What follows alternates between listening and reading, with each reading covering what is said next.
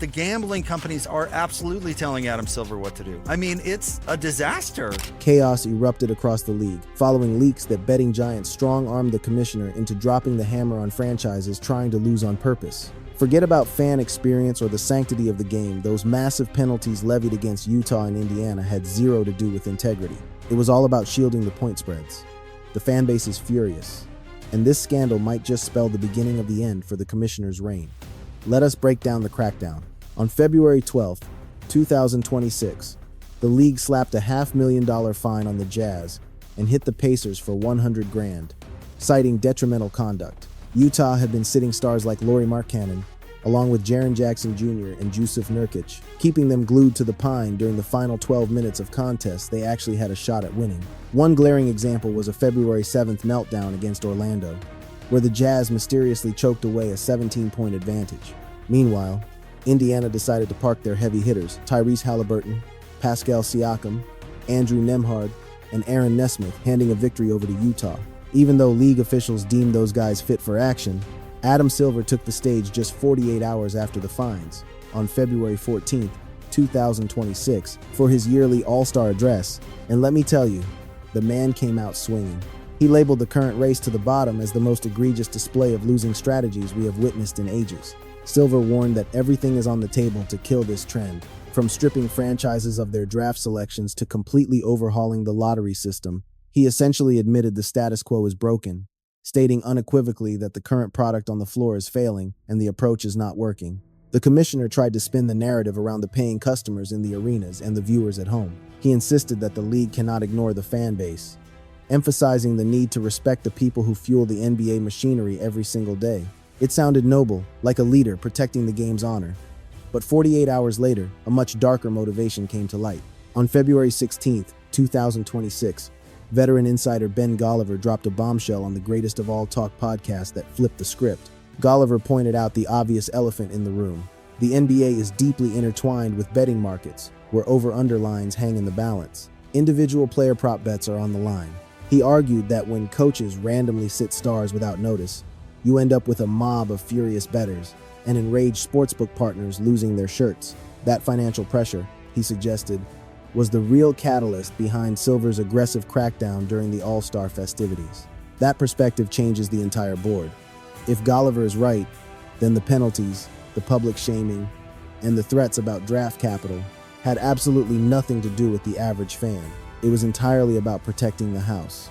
The casinos were bleeding cash, because unexpected roster changes were wrecking the odds set by DraftKings, FanDuel, and the rest of the corporate partners. Golliver singled out the Utah franchise as the most blatant offender.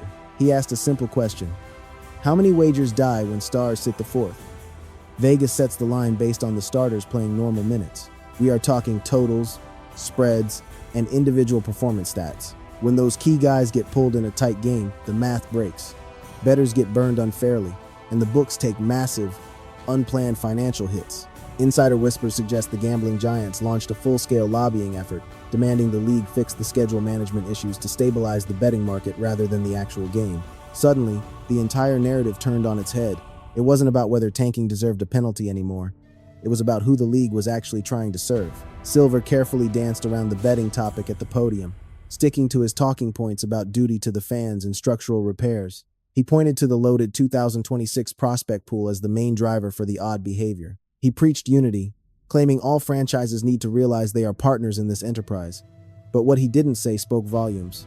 The commissioner waxed poetic about the audience, the lottery, and the rules committee, but he never uttered the name DraftKings. He certainly didn't mention FanDuel. He ignored the billions of dollars changing hands between the NBA and the sportsbooks, and that glaring silence, paired with the leaks, exposed a massive rift between the public statement and the backroom reality. Let's talk about the tanking plague. To get why this is huge, you have to grasp the magnitude of the 2025-26 season. We aren't just watching a couple of bottom feeders stumbling at the finish line. We are looking at nearly 30% of the association openly sabotaging their own seasons for lottery balls. And the race to the bottom began faster than ever. The motivation is crystal clear. The class of 2026, headlined by studs like Cooper Flagg, Ace Bailey, and AJ Dybantsa, is hailed by scouts as a generational goldmine of talent.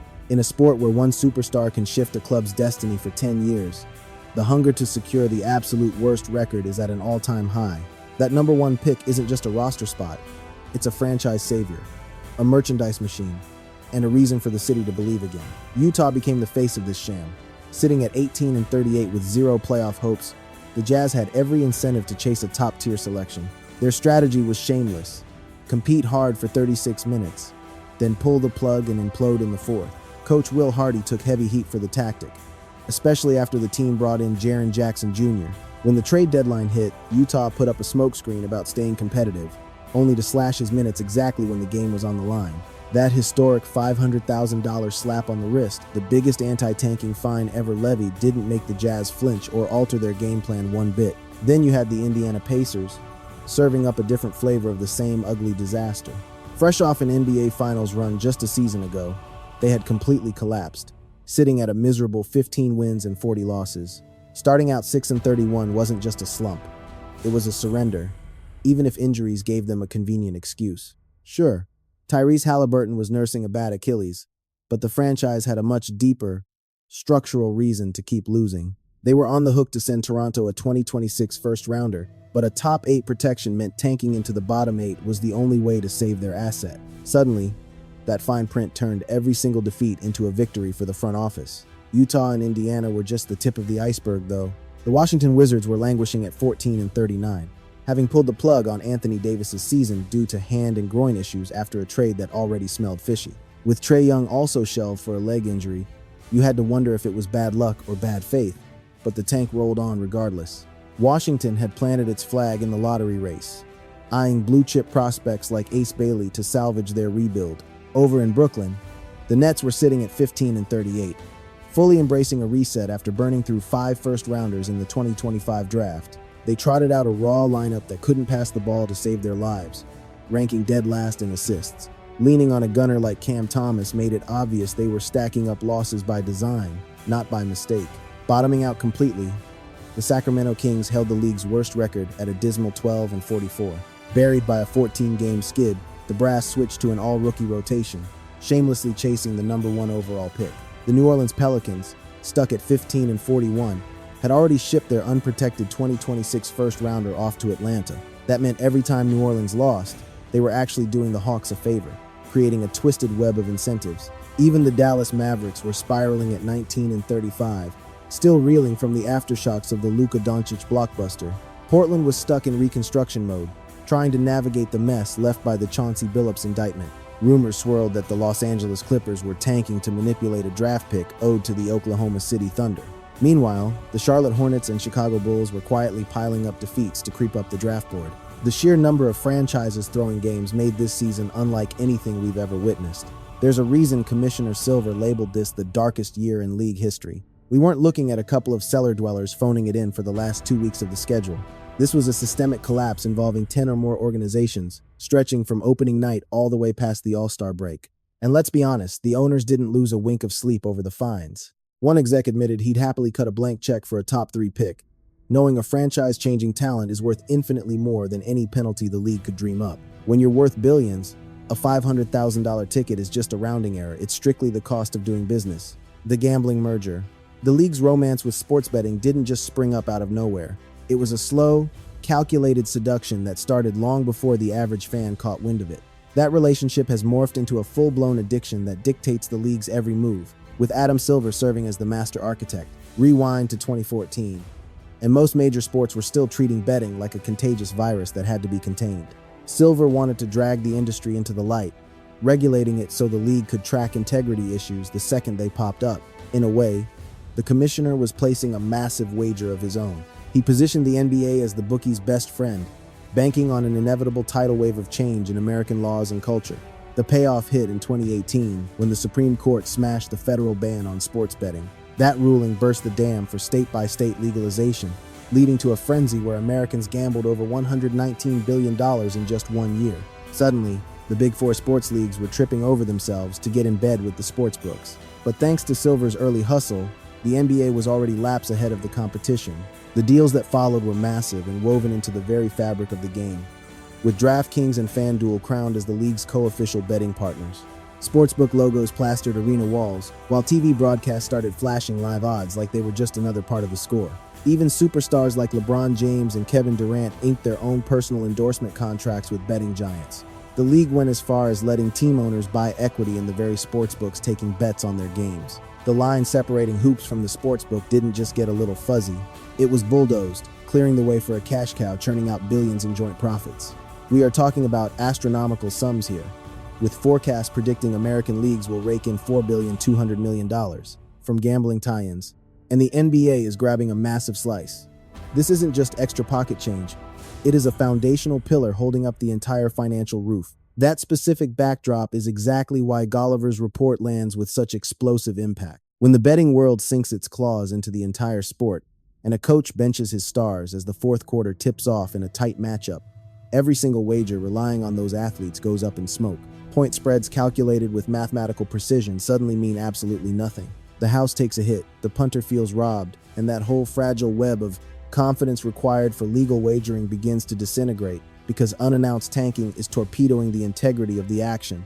If gamblers suspect the fix is in or the effort is fake, they will tighten their purse strings or take their action to a different sport altogether. For an organization that staked its future revenue on betting participation, standing on that ledge is incredibly dangerous. The NBA, diving headfirst into the betting world, has walked hand in hand with a scary spike in gambling controversies implicating both athletes and referees. Jonte Porter got hit with a lifetime ban for playing the odds. Then you had Billups facing an indictment on gambling charges right while he was calling plays as the head man in Portland. We aren't talking about ticky-tack violations by bench warmers. These were massive systemic breakdowns reaching every tier of the operation. And outside the NBA, the landscape looked just as frightening. You saw Cleveland pitchers Emmanuel Clase and Luis Ortiz indicted for fixing pitches, while half a dozen NCAA athletes got slapped with accusations of running betting rings. Proposition bets, which drive roughly 70% of the intake for sportsbooks, were pinpointed as the most dangerous vector for corruption since they hinge on solo stats that are infinitely easier to rig than the final score. Faith in the product was already in freefall. Polling data revealed that 49% of the country felt legalized wagering was actively poisoning the sanctity of the sports they watched. A staggering 79% of the fan base admitted they viewed the NBA with suspicion, particularly in the wake of this parade of betting controversies. Another survey found 70% agreeing that gambling destroys fairness, with 65% convinced that athletes were actually shaving points or tweaking their game to cash in. That was the toxic atmosphere surrounding Commissioner Silver as he took the mic at All-Star Weekend to preach about safeguarding the consumer. The very organization he steered had constructed the betting machinery that was currently manufacturing the exact crisis he claimed to be solving. It is a saga of history and double standards. Seeing as tanking isn't some novel concept, it is as ancient as the draft process itself. Every single era of basketball has spawned its own flavor of losing on purpose, paired with its own botched attempts to fix it. Back before the lottery arrived in 1985, the selection order was brutally simple. The absolute bottom dweller in each conference walked away with the top prize. The reward for failure was so obvious and guaranteed that it triggered some of the most embarrassing races to the bottom we have ever witnessed. The most notorious example has to be the Houston Rockets, who conveniently collapsed late in the calendar to lock in the draft slot that delivered Hakeem Olajuwon, a move that redefined their organization for 20 years. Management clapped back by rolling out the lottery, hoping to sprinkle in enough chaos that losing intentionally wouldn't promise a golden ticket. Yet, the lottery failed to extinguish the urge to tank. It just shifted the math. Instead of a sure thing, a terrible record bought you more lottery balls, and the league has spent decades tweaking those percentages. Come 2019, they flattened the curve so the bottom three squads all sat at a 14% shot at number one, trying to kill the incentive to be the absolute worst. The theory was that if the gap between finishing dead last and third to last didn't matter for the odds, franchises wouldn't try so hard to lose. Sounds logical on paper, but reality has shredded that concept. Sam Hinkie was just one rogue GM running a scheme everyone else hated, but today, it is a league-wide epidemic. You have got upwards of 10 franchises running the same playbook at once, and the loaded class of 2026 has turned this into a race to the bottom, where second worst is just as sweet as dead last. Commissioner Silver has reacted with a cocktail of tiny tweaks and sweeping speeches. In 2023, they rolled out participation rules specifically aimed at curbing the load management trend. They invented the NBA Cup largely to dangle a carrot for the non-contenders to actually try winning games mid-season. The latest ideas from the competition committee suffer from a vague you-know-it-when-you-see-it vibe, meaning the league can't define tanking well enough to actually stop it.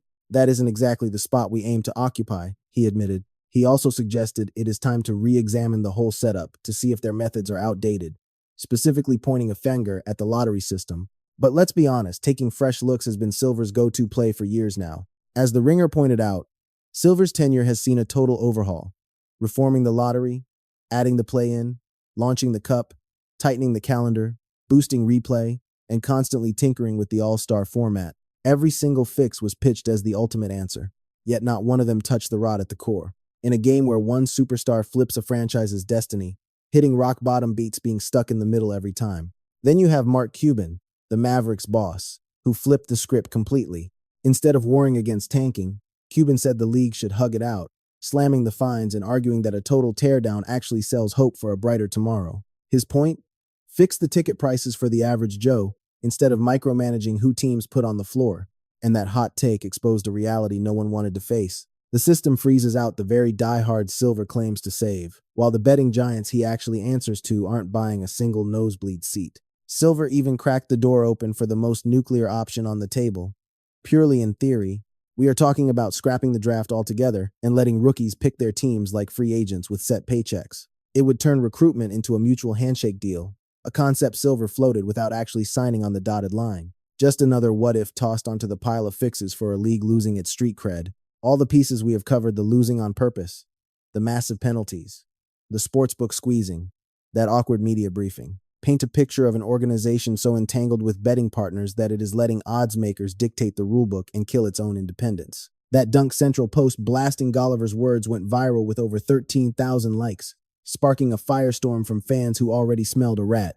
Entire threads on the NBA and Heat subreddits lit up, labeling the gambling grip a massive crisis. For the sport as a whole, shouting out the glaring hypocrisy, staring everyone in the face. You have Silver preaching about integrity on one side, while the league is hooked on betting cash behind closed doors. This is not just a vibe check. The hard numbers back up the paranoia. A 2025 Turning Point report from ESPN found that 43% of American adults see legal betting as a straight-up poison to society, and that figure is skyrocketing, fueled by a laundry list of scandals: Porter, Rozier, Billups, Kalshi, that chipped away the bedrock of trust. Once the crowd starts thinking the scoreboard is rigged for the payout, every blown whistle, weird substitution, or wild upset turns into instant fuel for the conspiracy theorists. Then you throw prediction markets into the mix, and it gets even messier. Silver rattled off the dangers: compromised games, insider trading, and fans harassing athletes. Yet everyone else is sprinting the other way, with the NHL breaking ground as the first big league to shake hands with those very markets. By 2025, MLS locked in Polymarket as an exclusive partner, a move the critics pounced on immediately. The big picture reveals a tangled web of multi-million-dollar contracts, like the massive DraftKings deal. In every major arena, betting cash is now so deep in the foundations that ripping it out would trigger a financial collapse. These organizations are hooked on the juice, and as any addict knows, you do not control the substance. The substance holds the leash. But the NBA is sitting on a unique powder keg, the collision of tanking, gambling, and fans tuning out of the regular season all at once. For a lot of people, those 82 games just do not move the needle anymore. Between sitting stars, bloated playoffs, and the play-in, individual nights feel meaningless, and tanking just waters it down even more. But when the war on tanking looks like a favor to the bookies rather than a save for the sport, the whole thing implodes. Now, Silver's camp will claim he is just playing the role of a smart CEO, keeping all the investors happy while trying to keep the product on the court watchable. You have got the betting apps, the ticket buyers, the billionaires in the suites, and the athletes on the floor. Juggling that circus takes compromise, which is why Adam Silver unlocked the gate and rolled out the red carpet for the casinos. He lobbied for the laws, then invited the sportsbooks right into the stadiums and plastered them all over the TV feeds. Now the bill is coming due in real time, with franchises diving to the bottom, betting giants squeezing the front office, and the commissioner handing out fines that protect the odds just as much as the game. He takes the mic to talk about the fans, but those same fans are staring at the screen, wondering if the game is even real anymore. Thanks for hanging out with us. If you want to dive deeper into another crazy story, go ahead and smash one of those boxes on your screen.